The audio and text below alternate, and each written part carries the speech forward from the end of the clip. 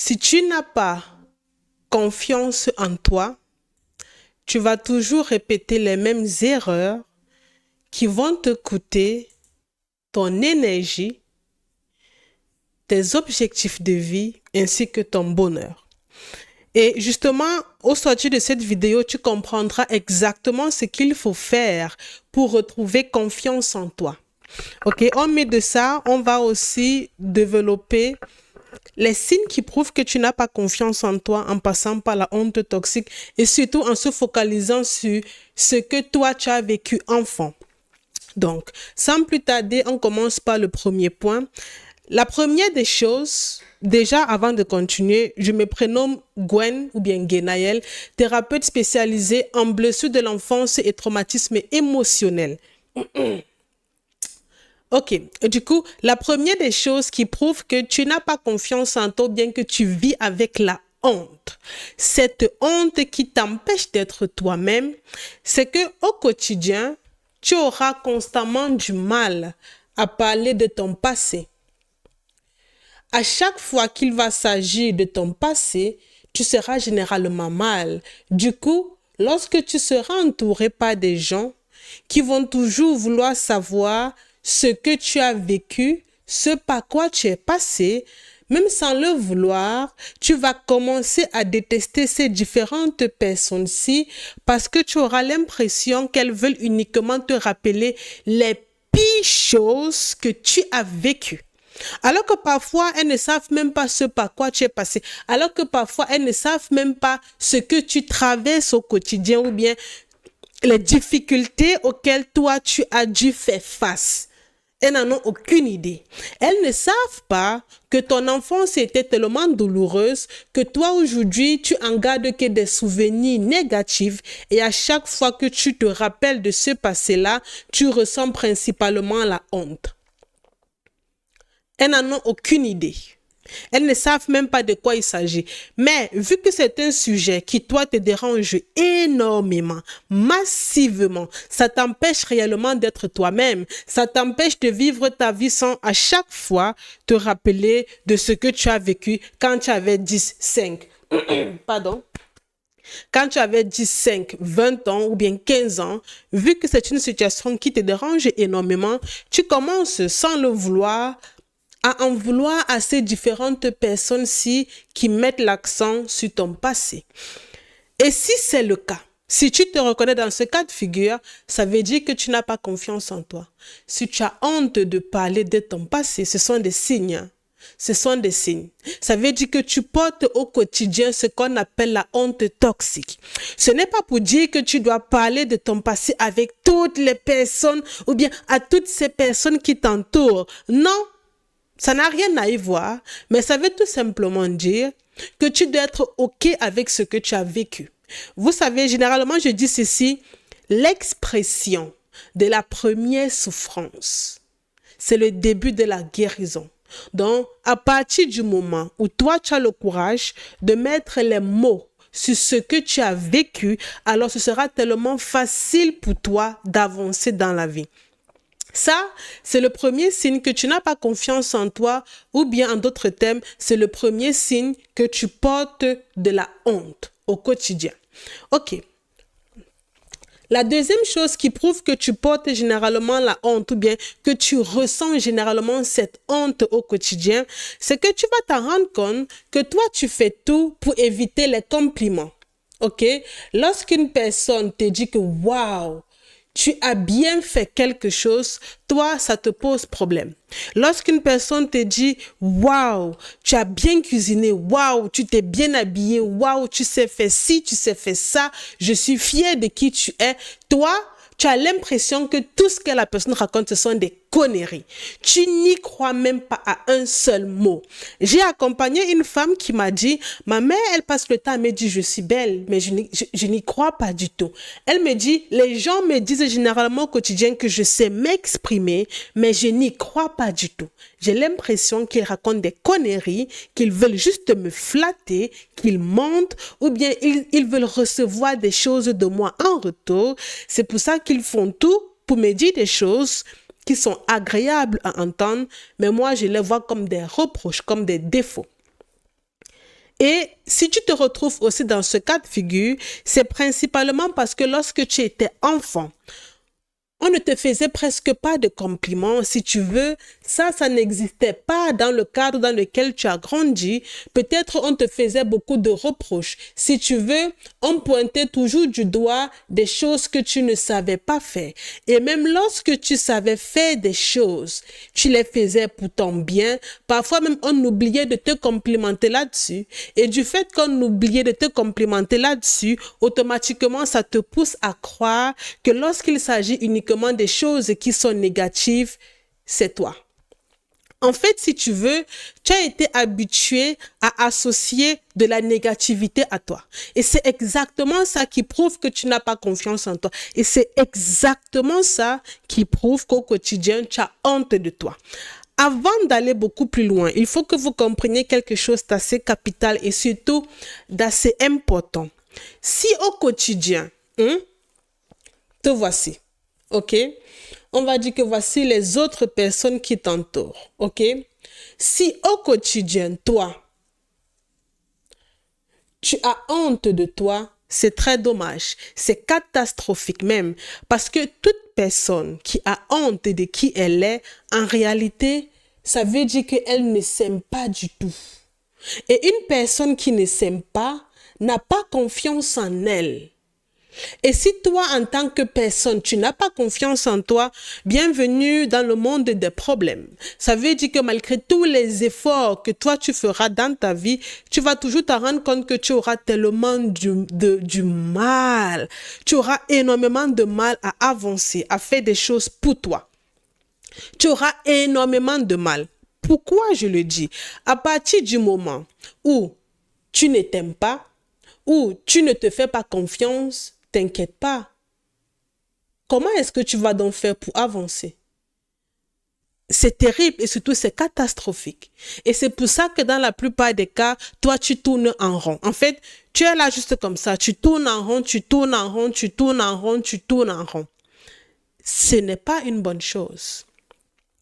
Et tu vas te rendre compte que à chaque fois que tu es concerné par ça, donc te voici, et au quotidien, tu as honte de toi, tu es entouré, disons, par 1, 2, 3, et puis 4 personnes, tu es entouré par ces 4 personnes, ce que tu vas généralement faire, vu que tu ne t'aimes pas et que tu n'as pas confiance en toi parce que tu ressens de la honte au quotidien, la honte d'exister, la honte d'être là, ce que toi, tu vas généralement faire au quotidien, c'est commencer principalement certaines personnes dont toi, tu vas commencer soit à faire des choses pour plaire à cette personne-ci, soit à t'éloigner de cette personne-ci, soit à critiquer celle-ci, ou bien soit à rabaisser l'autre. En fait, tu vas commencer à faire des choses pour te protéger toi, parce que tu vas penser que les autres, dans leur façon d'agir, de penser ou de réfléchir, le font uniquement pour te faire du mal à toi.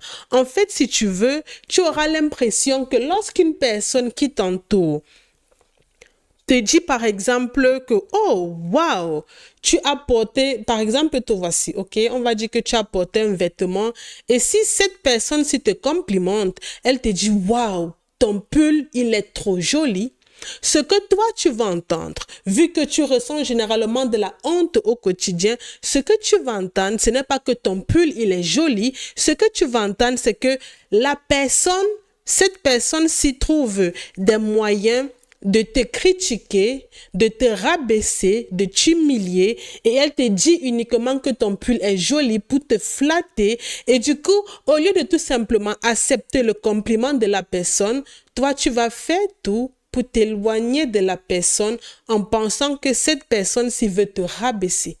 Et c'est pour ça que tu as du mal à accepter les compliments. Cette personne, si te dit, ah mais waouh, ton pull, il est joli. Toi, tu vas te dire que, ah, elle est en train de dire que mon pull, il est tellement moche.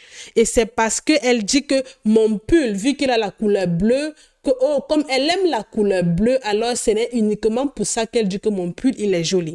En fait, tu vas trouver des excuses pour pouvoir t'éloigner des gens.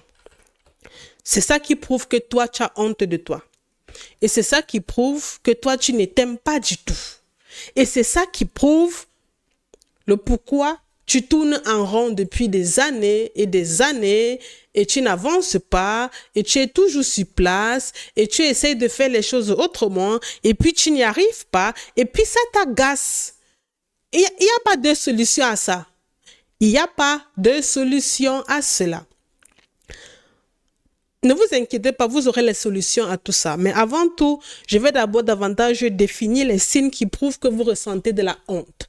Parce que c'est au travers de cette honte-là que vous vivez au quotidien et vous n'arrivez à atteindre aucun objectif. Mais quand je dis aucun, c'est aucun. Ce qui prouve que toi, tu as honte de toi, c'est parce que toi, tu ne demandes pas de l'aide. En fait, lorsqu'il s'agit de demander de l'aide, tu détestes ça. Toi, tu ne demandes pas souvent de l'aide. Lorsque tu dois faire quelque chose, tu préfères le faire tout seul. Même si ça va te prendre des jours, des mois, des années, tu préfères le faire tout seul parce que tu as été habitué à ce que personne ne soit là pour toi et tu as été habitué à surmonter les choses tout seul. Et lorsque tu penses que tu dois demander de l'aide à une personne qui t'entoure, toi, ça ne t'arrange pas du tout parce que tu t'es dit, je suis en train de me rabaisser. La preuve, lorsque tu étais enfant, ok, on va prendre pour que l'exemple pour que vous puissiez davantage comprendre de quoi est-ce qu'il s'agit. Pardon. Te voici lorsque tu étais enfant. Ok, maintenant, tu étais entouré par, on va dire que ça c'est ton père, ça c'est ta mère, ça c'est ton frère ou bien ta soeur. Lorsque tu étais enfant, parfois lorsque tu avais besoin d'aide, tu allais vers ton père, il te disait tu déranges trop. Du coup, il ne t'aidait pas. Parfois, tu allais vers ta mère, il te disait ah mais je suis fatiguée. Parfois même lorsque tu allais vers ton frère ou vers ta soeur, la personne te répondait ah mais débrouille-toi comme tu peux. Du coup, toi, inconsciemment, vu que tu étais enfant, vu que peut-être tu avais entre 3 ans et 13 ans, inconsciemment, tu t'es dit, si ces différentes personnes-ci refusent de m'aider moi, ça veut dire que je ne mérite pas du tout l'amour. Si ces personnes-ci refusent de m'aider moi, ça veut dire que je n'ai pas de la valeur. Ça veut dire que je ne sers à rien, je ne vaux rien et que je ne mérite pas recevoir de l'aide.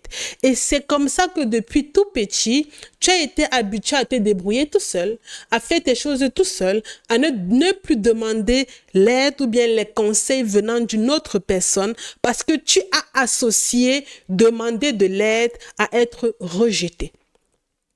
C'est comme ça que tu as grandi. Et du coup, aujourd'hui, lorsque tu dois demander de l'aide à une personne, automatiquement, l'une des premières choses qui te vient en tête, c'est « je serai rejeté ». Pourquoi? Parce que c'est ce que toi, tu as vécu enfant. Et c'est pour ça que beaucoup d'enfants traitent leurs parents de toxiques parce que, te voici. Ok, quand tu avais 3 ans, entre 13 ans, tu as vécu ça, tu considérais que demander de l'aide, donc A pour aide égale à R pour rejet. Lorsque tu grandis, te voici, tu as grandi, on va par exemple dire que tu as quel âge aujourd'hui? On va par exemple dire qu'aujourd'hui, te voici, peut-être aujourd'hui tu as 40 ans ou bien 50 ans, peu importe l'âge. Et puis, tu as tellement de choses à faire au quotidien, mais malgré tout ce que tu as à faire au quotidien, malgré toutes les responsabilités qui pèsent sur tes épaules, tu ne demandes pas de l'aide. En fait, tu fais tout seul. Et vu qu'aujourd'hui, tu es âgé, tu es forcément fatigué, tu as beaucoup d'autres responsabilités à accomplir ou bien à faire, ou bien beaucoup d'autres devoirs, tu te sens épuisé émotionnellement, mentalement, psychologiquement. Et puis, lorsque tu te sens tellement épuisé, les premières personnes qui en souffrent, ce sont tes enfants qui t'entourent. Ce sont eux les premiers à souffrir parce que parfois, du fait que toi, tu n'arrives pas à accomplir des choses capitales pour toi dans ta vie parce que tu considères que l'aide, c'est le rejet et que demander de l'aide, c'est se sentir inférieur. Tu veux faire tout toi seul et lorsque tu ne parviens pas à faire tout toi seul, tu rejettes la faute sur tes enfants. Du coup, ta colère, les frustrations que tu as accumulées, ce sont tes enfants qui en payent le prix. C'est ça qui prouve que tu as honte. Et c'est ça qui prouve que tu n'as pas confiance en toi. Pourquoi? Lorsque tu considères que demander de l'aide égale à je vais être rejeté, ou bien je vais être humilié, ou bien je veux être rabaissé. Généralement, ce qui se passe, c'est que toi, comme tu es là, tu veux faire tout de toi-même. En fait, tu as du mal à déléguer. Tu as du mal à déléguer, tu as du mal à confier certaines choses aux autres. Et comme tu as du mal à confier certaines choses aux autres, il y a un truc que moi j'aime bien, hein, le burn-out. En fait, tu vas commencer à être surchargé émotionnellement. Et lorsque tu es surchargé émotionnellement, qui souffrent à côté de toi, les premières personnes qui vont le plus souffrir, ce sont tes enfants. Parce que tu ressens la honte de ne pas demander de l'aide. Ou bien lorsque tu penses à « oh, je vais demander de l'aide », ça ne t'arrange pas. C'est ça qui prouve que tu es impacté par les blessures de l'enfance. Tu es mieux placé pour savoir que lorsque tu veux toujours tout faire, pour faire les choses de toi-même, ça ne fonctionne pas du tout. Tu es mieux placé pour savoir que à chaque fois que tu veux prouver aux autres que tu as la capacité de faire des choses, ça t'épuise. Pourquoi est-ce que toi tu réagis comme ça? Parce que lorsque tu étais enfant, encore une fois de plus, et que tu demandais de l'aide, soit à ta mère, soit à ton père, ou bien soit à tes frères et sœurs, forcément dans la plupart des cas, cette aide-là, tu ne la recevais pas. Et comme tu ne recevais pas cette aide, tu te sentais rejeté. Et aucun enfant n'aime se sentir rejeté. C'est pour ça que toi, tu associes demander de l'aide au rejet. Parfois, tu peux même associer demander de l'aide à une faiblesse. Tu considères que c'est une faiblesse. Et comme c'est le cas chez toi, tu as grandi en voulant être parfait. Donc, je vais juste mettre P-E-R-F pour dire perfectionniste. Tu as grandi en n'étant parfait, à vouloir faire les choses de façon parfaite parce que tu te disais que si moi je fais les choses de façon parfaite, alors les autres n'auront pas le choix que de m'aimer. Les autres n'auront pas le choix et ils ne vont plus me rejeter. Du coup, je n'aurai plus honte d'exister. Je n'aurai plus honte de qui je suis, de ce que je veux devenir, de mes objectifs, de mes pensées. Du coup, je vais m'assumer.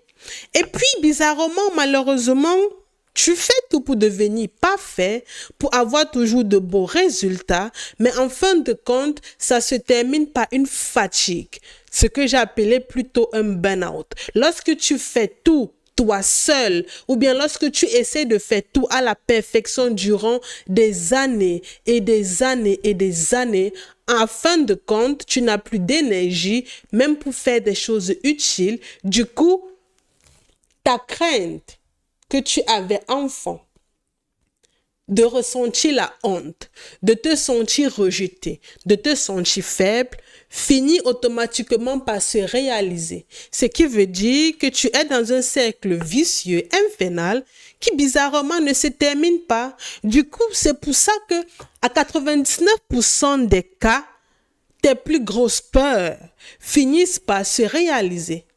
Tu n'as pas encore constaté ça? Que ce que tu fais lorsque tu focalises ton énergie sur tes peurs, tu pries pour que cela ne puisse pas devenir réel. Bizarrement, ça devient réel. Tu ne t'es pas encore demandé pourquoi? C'est exactement à cause de ça. Enfant, comme quand tu demandais de l'aide, il n'y avait pas d'aide qui venait. Du coup, tu te sentais rejeté. Et tout enfant qui se sent rejeté, cet enfant-là a honte de lui. Par conséquent, il n'arrive pas à s'assumer. Et comme c'était ton cas, tu as fait tout pour être parfait. Et du coup, depuis 30 ans, 20 ans, 40 ans, 50 ans, tu es dans le même processus. Ça te fatigue énormément. Et puis, tu finis par avoir honte de toi parce que tu te dis, ah mince, malgré tous mes efforts, rien n'a fonctionné et je termine avec une dépression ou bien une fatigue extrême. Et du coup, ton moral, ça chute au maximum. Et puis, tu perds encore confiance en toi. Et puis, tu te dis, ah mince, est-ce qu'on ne m'a pas maudit? Bonne nouvelle, non, on ne t'a pas maudit du tout. Ce sont tes blessures de l'enfance qui te rattrapent. C'est important que tu puisses comprendre cela. C'est d'une importance, mais c'est capital. Parce que lorsque tu ne comprends pas, tu vas toujours refaire les mêmes erreurs pendant des années et des années et des années et des décennies et des années-lumière. Et puis tu vas te dire, ah mince, les autres ont la chance que moi je n'ai pas. Ce n'est pas que les autres ont la chance que toi tu n'as pas. C'est que tu vis dans un schéma infernal que toi-même tu ne comprends pas. Et à partir du moment où tu comprends ce schéma-ci, c'est bingo. C'est pour ça que j'ai l'habitude de dire ceci. Guérir de ces blessures de l'enfance commence par reconnaître que tu as souffert. Si tu ne reconnais pas ça, tu ne pourras pas guérir malgré tous tes efforts. Et le pire, c'est que lorsque des personnes souffrent et elles veulent guérir de leurs blessures de l'enfance, elles se focalisent sur des choses mais catastrophiques, banales. En fait, elles se focalisent sur comment est-ce que je vais faire au quotidien pour ne plus être fatiguée. Du coup, elles vont commencer à se reposer, ou bien ils vont commencer à faire beaucoup de sport, ou bien ils vont commencer à voir beaucoup de films Netflix, ou bien à voyager en se disant que si je le fais, forcément, je vais aller mieux. La preuve, tu le fais depuis plusieurs années, tu ne vas pas mieux. Pourquoi? Parce que ce n'est pas la fatigue la cause de ton problème. La vraie cause de ton problème, c'est la honte. La vraie cause de ton problème, c'est le rejet que tu as subi enfant. C'est ça les vraies causes. Mais si toi, au quotidien, tu veux travailler sur la fatigue, ça ne fonctionnera pas du tout. Je vais dire, oublie ce que j'ai dit 2 secondes. Essaye un peu juste de te focaliser sur ce que toi, tu vis au quotidien. Juste ça, tu vas t'en rendre compte que malgré tous tes efforts, tu n'as pas obtenu de résultats. Et puis tu te demandes, mais c'est quoi le problème? Je suis passée par là, j'ai vécu les mêmes choses et la seule chose qui m'a sauvée, c'est parce que je me suis fait accompagner. Vous savez, j'avais essayé, j'avais vraiment essayé. J'avais essayé durant des années. J'ai souffert pendant 20 ans. J'avais essayé de vouloir faire tout de moi-même, de guérir de moi-même, d'aller mieux par mes propres moyens. Ça n'avait pas fonctionné. Et le seul résultat que j'avais en fin de compte, c'était la fatigue extrême, le burn-out. En fin de compte, j'étais perfectionniste et je considérais que me reposer, c'est une perte de temps. Je voulais avoir le contrôle sur tout. J'étais assez exigeante, assez contrôlante. Je ne tolérais pas les moindres erreurs qui venaient des autres. C'est assez dur, je vous comprends, lorsqu'on vit ça, parce que moi, j'ai vécu ça aussi pendant 20 ans. Et c'est vraiment parce que je me suis fait accompagner qu'en 6 mois, 3 mois max, non, 6 mois au plus, j'avais guéri.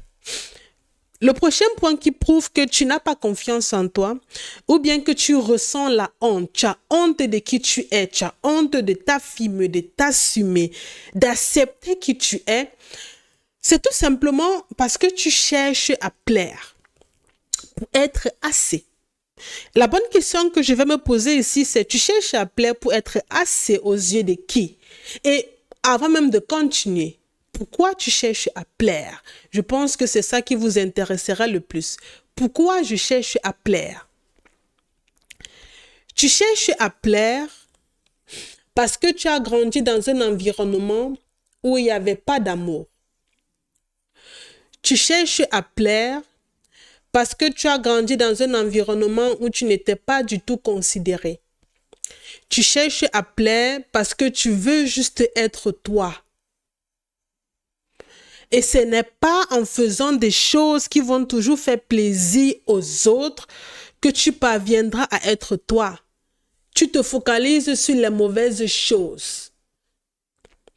Du coup, entrons maintenant dans le vif du sujet. Pourquoi tu cherches à plaire? Pourquoi? Tu ne t'es jamais posé la question. Dis-moi en commentaire pourquoi toi tu cherches à plaire. C'est minimum pour 2 ou 3 raisons. Attention, je vais vous citer les raisons. La première raison de pourquoi toi tu cherches à plaire, c'est parce que tes parents te voici lorsque tu étais enfant. voici soit ta mère ou bien soit ton père. Tes parents que voici voulaient toujours que toi tu fasses tes choses uniquement pour eux. Tu devais toujours t'arranger à faire des choses qui devaient les plaire à eux.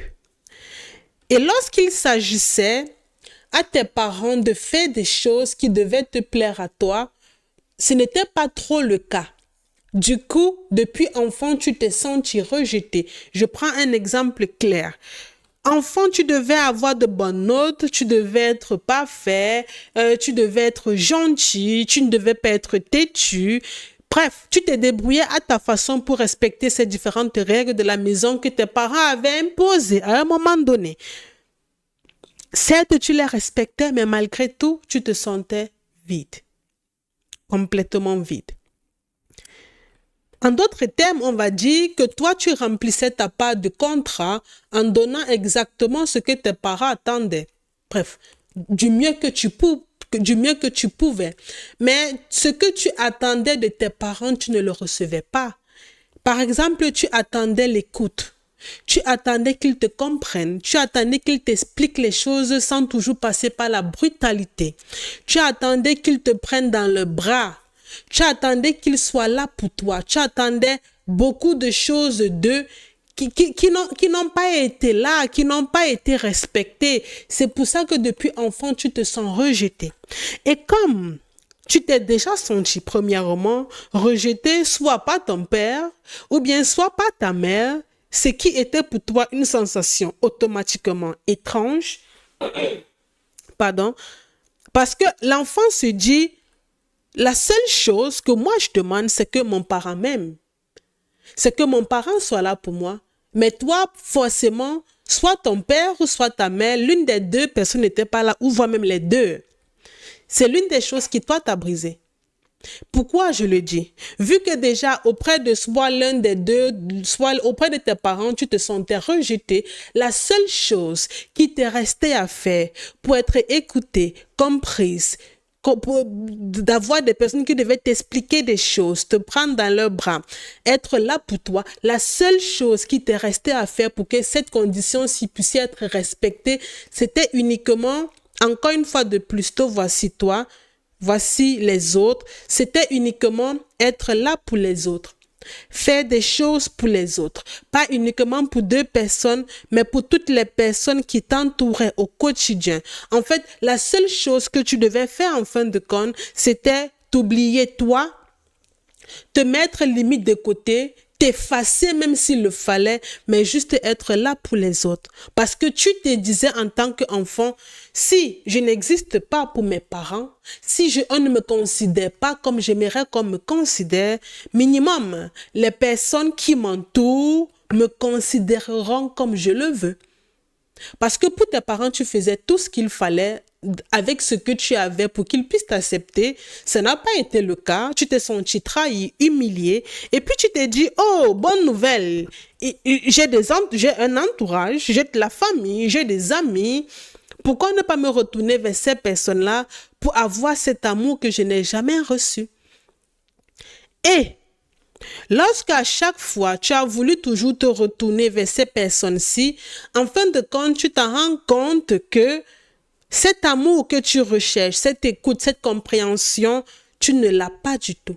Et puis, comme ici, tu te sentais rejeté, du coup, tu as avec honte d'exister, là, ça redevient pareil. Tu as honte d'exister. Du coup, que ce soit dans le premier ou le deuxième cas de figure, il arrive parfois que tu te dises, pourquoi je suis même là?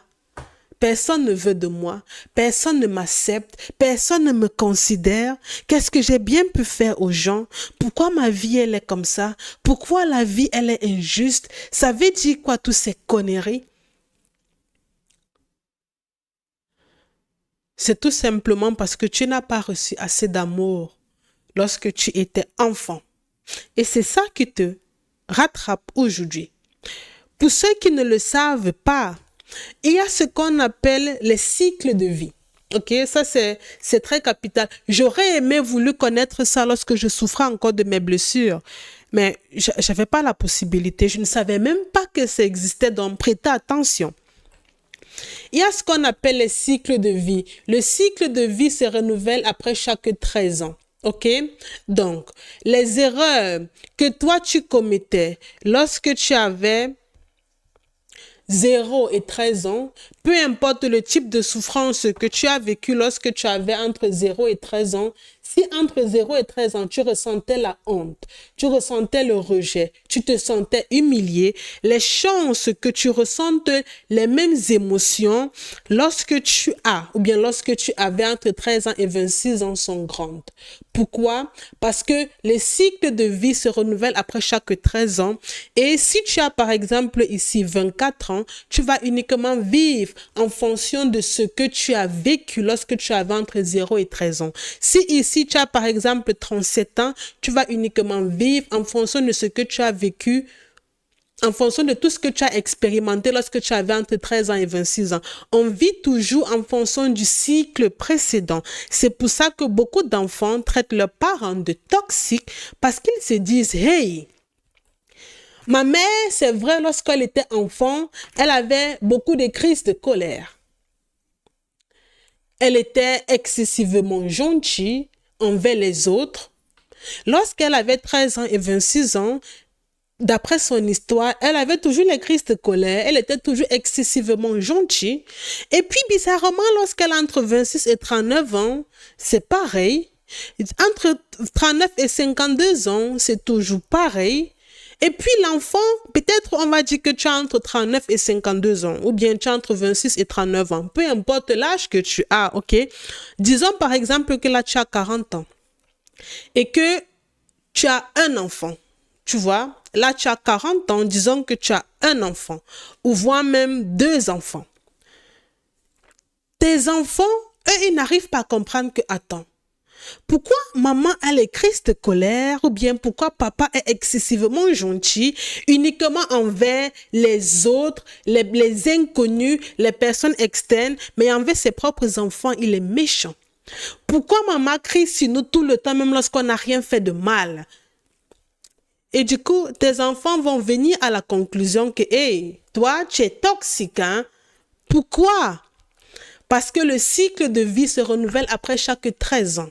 Un enfant, lui, il se dit, si ma mère a 40 ans, c'est anormal qu'elle puisse toujours avoir les réactions d'un enfant de 2 ans. Pourquoi je dis un enfant de 2 ans? Lorsque tu as les crises de colère, qu'est-ce que tu fais? Tu manifestes ta colère en rabaissant les autres, parfois même en insultant, en humiliant les autres. Parfois, tu le fais. C'est exactement ça que fait un enfant de 5 ans lorsqu'il n'arrive pas à se défendre. Qu'est-ce qu'il fait?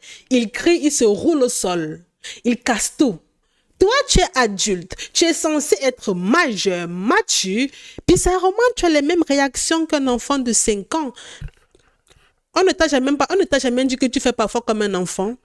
Si on te l'a dit, si on te l'a déjà dit, ça veut dire que c'est vrai. Et ça veut dire que tes blessures de l'enfance t'impactent toujours. Et c'est ça qui prouve que tu n'as pas confiance en toi. Rien de plus. Une personne qui est mature, qui est censée avoir des réactions normales. Et si bizarrement, à ton âge, peu importe que ce soit 26, que ce soit 37 ans, 24 ans, 40 ans, peu importe les enfants que tu as, si tu as toujours les crises de colère, des crises de colère parfois inexpliquées, parfois tu n'arrives pas à faire des choses dans toi, ta vie, et ça se répercute sur tes enfants. Et puis tes enfants se disent, mais je n'ai rien fait, maman, pourquoi est-ce qu'elle crie? Mais je n'ai rien dit, pourquoi est-ce qu'elle me tape? Pourquoi est-ce qu'elle me punit? Qu'est-ce que ça veut dire? Donc, en d'autres termes, si tu veux, tu fais subir à tes enfants ce que toi tu as subi lorsque tu étais enfant. Du coup, vu que tu n'as pas confiance en toi, vu que tu as honte de qui tu es, tes enfants aussi n'auront pas confiance en eux. Ils vont se méfier de tout le monde, toi la première. Et en plus, ils penseront que la vie est extrêmement difficile. Et c'est pour ça qu'il y a beaucoup d'enfants aujourd'hui qui décrochent. Parce que si déjà, depuis le jeune âge, ils commencent à ressentir la honte, forcément, ils vont se dire, ouf, les attentes, ce qui m'attend devant, ce sera trop dur. J'accompagne actuellement une femme comme ça qui m'a dit que lorsqu'elle avait 4 ans, elle voulait se donner la mort. Oh, se donner la vie, il ne faut pas qu'on coupe. Elle voulait se donner la vie. Du coup, parce qu'elle souffrait. Elle souffrait. Et c'est ce que beaucoup de personnes vivent au quotidien sans s'en rendre compte. Donc, si vos enfants vous disent que vous êtes toxique, sachez que c'est vrai. Et la fois passée, avec une dame qui m'avait contacté et qui m'avait dit, ma fille m'a carrément dit que je suis toxique, je n'en reviens pas à mes yeux. Et puis, je lui ai dit, oh là là, tu as la chance d'avoir une fille qui ose te dire la vérité. Elle dit, ah bon? J'ai dit oui. Elle dit, mais je pensais que tu allais dire que ma fille a tort.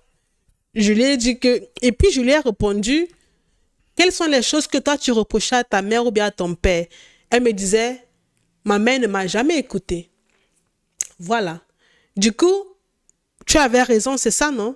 Si tu dis que ta mère ne t'a jamais écouté, ça veut dire que tu as de bonnes raisons de le dire. Elle dit oui.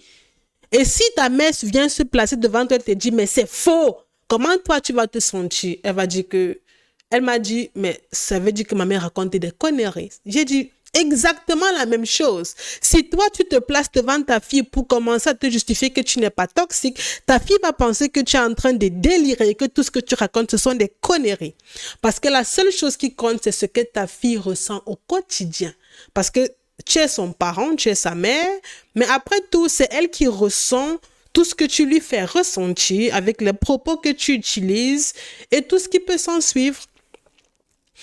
Donc, encore une fois de plus, ça c'est un signe qui prouve que tu as honte de toi et que tu n'as pas confiance en toi. C'est capital. Waouh, mon stylo, il est tombé. C'est capital. Et puis, on va passer à notre point qui est, pour moi, là. C'est très important le point qu'on va aborder ici. Parce que ça bousille la vie d'énormément de personnes. À savoir les excuses. Les excuses. Tu as du mal à accepter des reproches. Ou bien, si tu veux, tu t'excuses même lorsque tu n'as pas tort. En fait, limite, tu t'excuses d'exister. Moi, je le faisais avant, je me rappelle parfaitement. Donc, quand quelqu'un était en colère contre moi, je m'excusais d'être là. Je m'excusais d'exister. En fait, de toutes les façons, je me sentais presque mal à l'aise dans toutes les situations. Donc, si j'avais l'impression qu'une personne dans un groupe était de mauvaise humeur, automatiquement, je devais me dire, ah, tiens, ça veut dire que c'est moi le problème. Du coup, je commençais à anticiper les excuses pour me prouver que j'ai ma place. Et ça, je le faisais presque tout le temps, hein, pour ne pas dire que c'était mon quotidien. C'était vraiment mon pain de tous les jours. Et toi, tu le fais et je t'explique pourquoi tu le fais et surtout comment ça t'impacte. Te voici. Tu es entouré encore une fois de plus par une multitude de personnes. Et puis, si cette personne s'y pense que on doit aller à gauche, l'autre pense qu'il faut qu'on monte, celle-ci pense qu'il faut qu'on aille à droite, celle-ci pense qu'il faut qu'on descende, celle-ci pense qu'il faut aller à gauche et monter un peu, l'autre pense qu'il faut aller à droite et un peu à gauche. Et si toi, tu penses qu'il ne faut aller nulle part et que tu as du mal à t'accepter, à t'affirmer, tu vas commencer à t'excuser. Et t'excuser, ça veut dire quoi concrètement? Ça veut dire que tu vas commencer d'abord par monter. Et puis, quand tu vas monter, tu vas te rendre compte que, ah, si je monte, seront peut-être fâchés contre moi. Du coup, après, tu vas aller à la gauche. Et puis, tu vas commencer à analyser quelle est la personne la plus probable, la plus susceptible de rapidement se fâcher. Ok, tu vas te rendre compte que c'est celle-ci. Du coup, je pars d'abord à gauche et puis je monte un peu. En fait, si tu veux, tu vas commencer à analyser les comportements de tout le monde pour voir, en fait, qui tu dois d'abord satisfaire parce que toi, tu ne veux pas bouger, mais ceux qui t'entourent, eux, ils veulent bouger, ça ne t'arrange pas. Et comme tu as peur d'être rejeté, comme tu n'as pas confiance en toi, bingo, tu analyses. La prochaine personne, c'est d'aller à droite et un peu à gauche. Tu vas d'abord, tu fais d'abord ça. Et les personnes qui ne sont pas assez imposantes, qui ne se fâchent pas trop vite, tu les gères en dernier lieu. Mais malheureusement, lorsque tu le fais, la seule personne qui souffre, c'est toi. Parce qu'en fin de compte, tu n'as plus de personnalité. En fait, en fin de compte, tu ne sais plus qui tu es. Et si tu as l'habitude de faire ça au quotidien, ça veut tout simplement dire que tu as honte de toi. Tu as honte d'exister. Tu te détestes. Il y a une femme qui m'a dit l'autre jour, j'étais complètement sidérée. Elle me dit, je m'aime tellement, mais je déteste mon physique. Et puis, je suis restée comme ça. J'ai dit, de quoi est-ce que tu parles? Je ne comprends rien.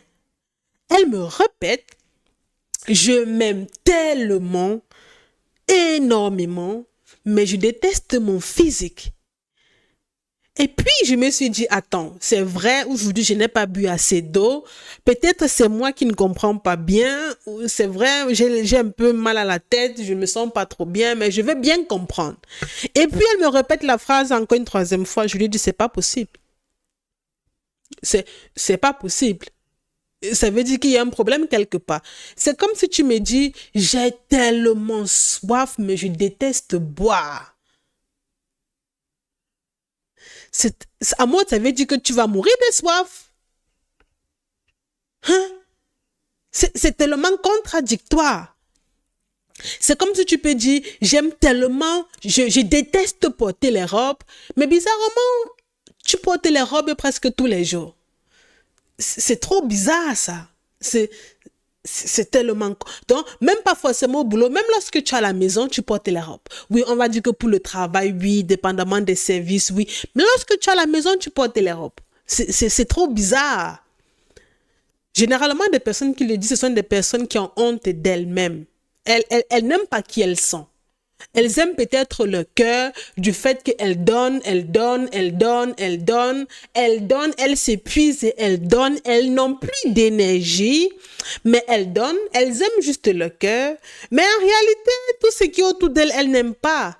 Si tu te retrouves dans ce cas de figure, ça veut dire que tu as honte d'exister. Parce que certaines personnes vont me dire, mais j'ai quand même un bon cœur. Non, tu as un mauvais cœur. La preuve, tu donnes, mais tu souffres. C'est encore contradictoire, non? Tu vois, c'est parce qu'il y a tellement de contradictions dans toi, ta vie, que malgré tous tes efforts, tu n'obtiens pas des résultats. C'est parce que tu fais quelque chose et son contraire. Si toi, tu penses que tu as un bon cœur, alors que tu donnes, tu te sens vide. Tu causes avec des gens, à la fin de la conversation, c'est comme si on t'avait versé 10 tonnes d'eau. Tu te sens épuisé. Ça veut dire que tu as un mauvais cœur. Ça veut dire que toi-même, tu t'es détruit. Et comme tu te retrouves dans ce cas de figure, tu vas faire tout pour satisfaire tout le monde. Par conséquent, tu n'auras plus aucune personnalité. En fin de compte, burn-out, dépression. Et puis tu vas dire, mais je fais tout ce que les gens veulent, mais personne ne m'aime. Hey! Tu fais tout ce que les autres veulent, mais personne ne t'aime. Très bonne question. Première question. Les gens, est-ce qu'ils t'ont demandé de partir à gauche? Est-ce qu'ils t'ont demandé de partir à droite? Ou bien de partir à droite un peu à gauche? Ou bien de partir à gauche et de monter légèrement? Ils ne te l'ont pas demandé. Si tu analyses bien, c'est toi qui as décidé de le faire. Parce que tu t'es rendu compte que tu es la seule personne à avoir le point de vue en mode « il faut que je reste sur place ». Et comme tu ne veux pas être seul, et comme tu as associé le mot solitude à ton enfance, par conséquent, à la douleur, à la tristesse, au désespoir, du coup, tu considères que penser, avoir tes propres idées, être seul est signification de souffrance. Pourquoi est-ce que je le dis? Vous savez, je ne travaille pas sur les conséquences, uniquement sur les causes, pour que vous puissiez mieux comprendre de quoi est-ce qu'il s'agit. Vous voici lorsque vous étiez enfant. Si, enfant, vous ressentiez le vide, ne vous inquiétez pas, hein. Ça veut dire que vous étiez malheureux, ok? Et si aujourd'hui, vous continuez de ressentir le vide, ne cherchez pas trop loin. Ça veut dire que vous ne vous aimez pas, ok? Donc, si enfant, tu ressentais le vide, ok? Ou bien si enfant, tu étais tout le temps dans la solitude, tu n'avais personne à qui te confier, tu te sentais très seul. Du coup, tu as associé la solitude au malheur. Du coup, tu considères que lorsque tu es seul, ça veut dire que tu n'as pas droit au bonheur. C'est ce que tu t'es dit inconsciemment, même sans t'en rendre compte. Et vu que tu t'es dit que tu n'as pas droit au bonheur, qu'est-ce que tu fais? Vu que déjà enfant, que tu avais entre 3 ans et 13 ans, tu traversais déjà cette situation-ci, qu'est-ce que tu avais donc commencé à faire? Tu avais donc commencé à faire des choses qui devaient plaire aux autres pour t'éloigner de cette solitude ici, ou bien pour t'éloigner du malheur, ou bien d'une vie de tristesse, ou bien d'une vie où il n'y a pas de bonheur, si tu veux. Tu avais donc commencé à faire des choses qui devaient principalement faire plaisir aux autres. Et c'est exactement les mêmes erreurs que tu commets aujourd'hui, parce que lorsque certaines personnes veulent monter à gauche, à droite, aller au milieu, descendre, et que toi tu veux rester sur place, tu es tellement embêté, tu ne sais pas quoi faire, parce que si tu restes sur place, du coup, solitude, qui te rappelle le vide, qui te rappelle le malheur, pas de bonheur, et par conséquent, tu décides donc de faire uniquement ce qui va plaire aux autres, en pensant qu'en le faisant, on va t'aimer. Bienvenue dans le monde de la souffrance. Cette façon de faire te détruit énormément. Ça ne t'aide pas du tout et ça ne t'aidera jamais. Je te le dis avec une telle conviction parce que j'ai fait ça pendant 20 ans. J'étais aussi dans ce cas de figure-là. Ça ne fonctionne pas du tout. Pas du tout. Maintenant, la question qu'il faut se poser, c'est comment faire pour sortir de là? Regarde, première chose, tu n'es pas obligé de penser comme cette personne-ci, ni comme elle, ni comme elle, ni comme elle. On va prendre des exemples beaucoup plus concrets, tu vois. Ce qui veut dire quoi exactement? Vous savez, j'aime généralement parler des supermarchés parce que les gens font les achats tous les jours. Ok, pour moi, ce sont des exemples que j'adore prendre. On va prendre le cas du supermarché. Voilà. Te voici. À côté de ta maison, il y a soit une boutique ou bien il y a soit un supermarché. Mais ce que toi tu fais généralement, tu vas laisser ce supermarché contourner toute la ville, tout le pays pour venir acheter ici. Alors que celui-ci, la personne qui vend dans ce supermarché a exactement les mêmes choses, ou bien les mêmes articles que cette personne s'y vend. Mais bizarrement, tu contournes pour venir acheter là. Pourquoi? Parce que tu as fait ce qu'on appelle un choix. Tu as fait le choix de venir acheter ici. Maintenant, il y a une autre personne, ok? On va dire que voici une autre personne, une connaissance que tu connais. Lorsque elle aussi décide de contourner tout le quartier, toute la ville pour venir finalement acheter ici, toi, ça t'énerve. Ça t'énerve parce qu'elle aussi, elle a eu un choix.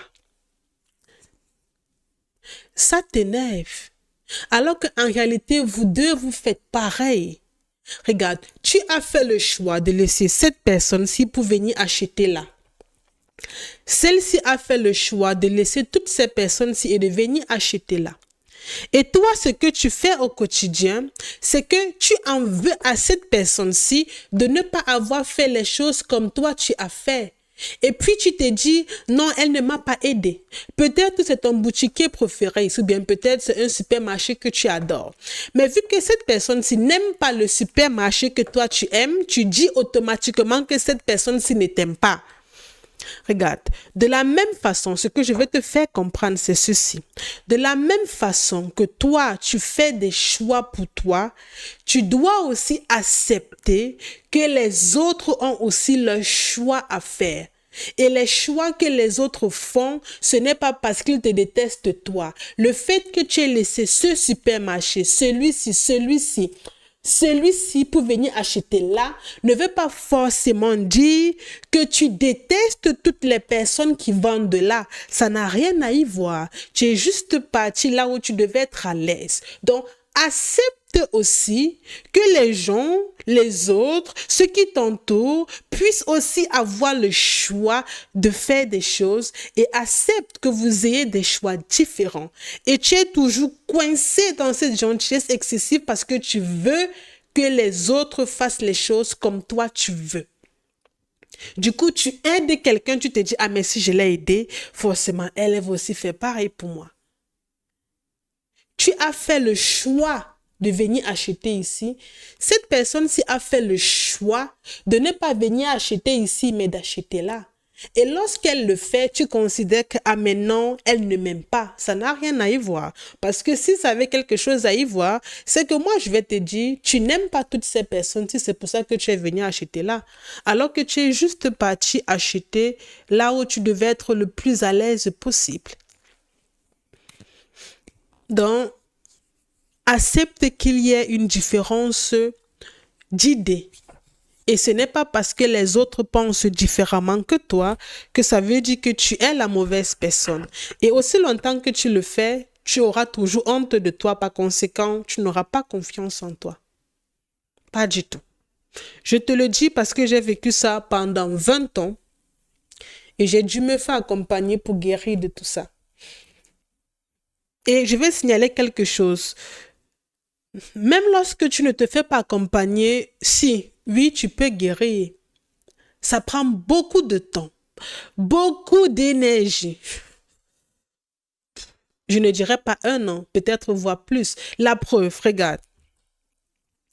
Tu sais, depuis que tu es petit, tu as honte de toi, tu te sens rejeté, tu te sens humilié, tu reçois beaucoup d'injures, tu as l'impression que tu n'as même pas le droit d'exister.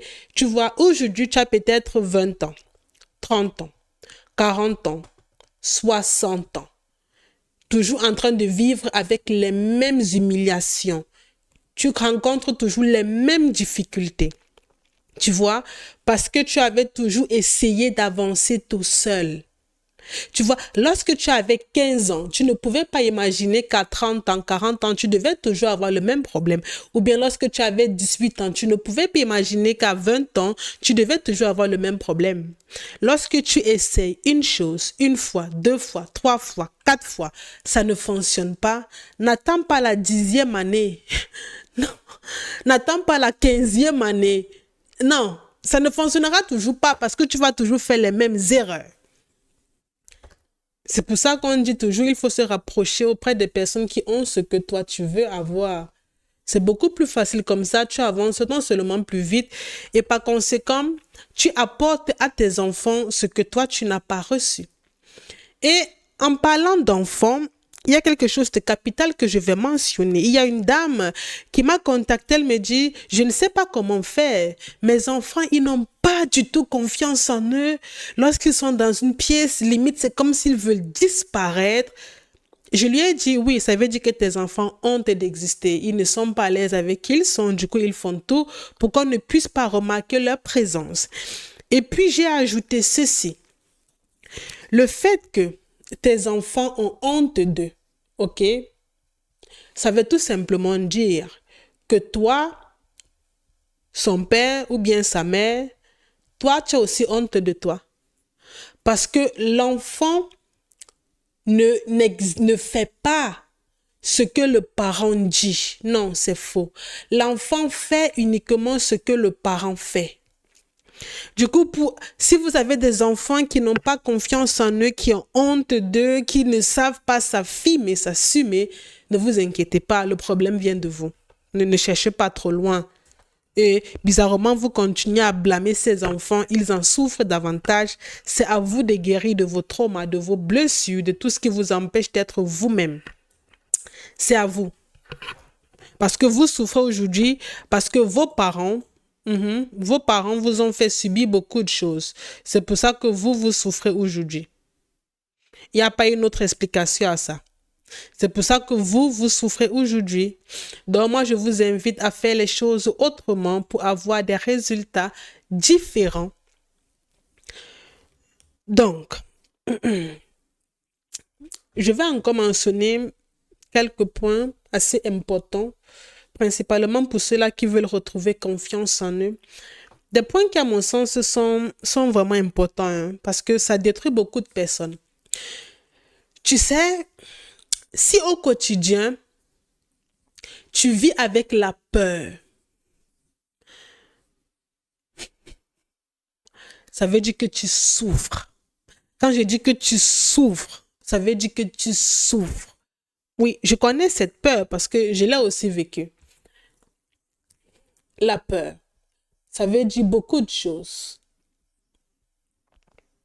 Déjà, si on veut définir le mot peur, le P, ça veut d'abord dire prison.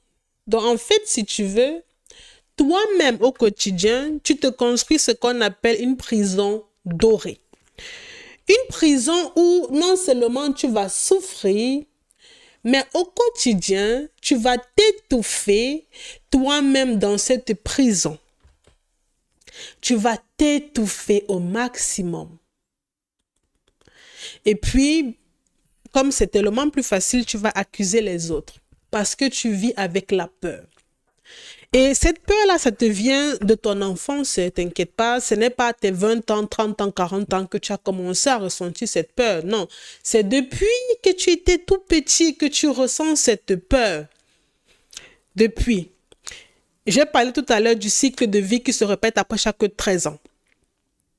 De 0 à 13 ans, de 13 à 26 ans, de 26 à 39 ans, de 39 à quelque chose d'année, c'est les mêmes choses. C'est de là que te vient ta peur. Et aussi longtemps que tu vas continuer à vivre dans cette prison où chaque jour tu t'étouffes, t'inquiète pas, tu vas juste ressentir ce qu'on appelle le vide. C'est juste ce vide-ci que tu vas ressentir. Et aussi longtemps que tu ressens ce vide, c'est douloureux, c'est bizarre, hein? Mais aussi longtemps que tu ressens ce vide, tu as l'impression en fait que tu es dans un monde où tu n'as pas le droit d'y être. Tu as l'impression en fait que c'est comme si on t'a balancé au milieu de la mer, tu ne sais pas nager, tu n'as même pas les trucs de secours et on te dit nage. Ou bien c'est comme si on t'a balancé au milieu d'une forêt tellement vaste, immense, on ne t'a donné aucune carte géographique, aucune boussole et on te dit débrouille-toi, fais de ton mieux et sors de là. Et on te laisse là-bas 10 ans, 15 ans, 20 ans, où tu es emprisonné quelque part et tu ne sais plus quoi faire. C'est exactement ce dont je parle dans le programme de 12 semaines sur la guérison exclusive des 5 blessures de l'âme, rejet, trahison, abandon, humiliation, injustice, afin que tu puisses retrouver ta paix, tu puisses être ta priorité, tu puisses t'aimer, aimer tes enfants et arrêter afin que les schémas de toxicité qui impactent ta vie n'impactent plus la vie de tes enfants. Si tu n'es pas contre ton développement personnel, si tu n'es pas contre ta paix intérieure ou bien ton bonheur, je t'invite juste à cliquer sur le lien qui est dans la bio et à rejoindre le programme.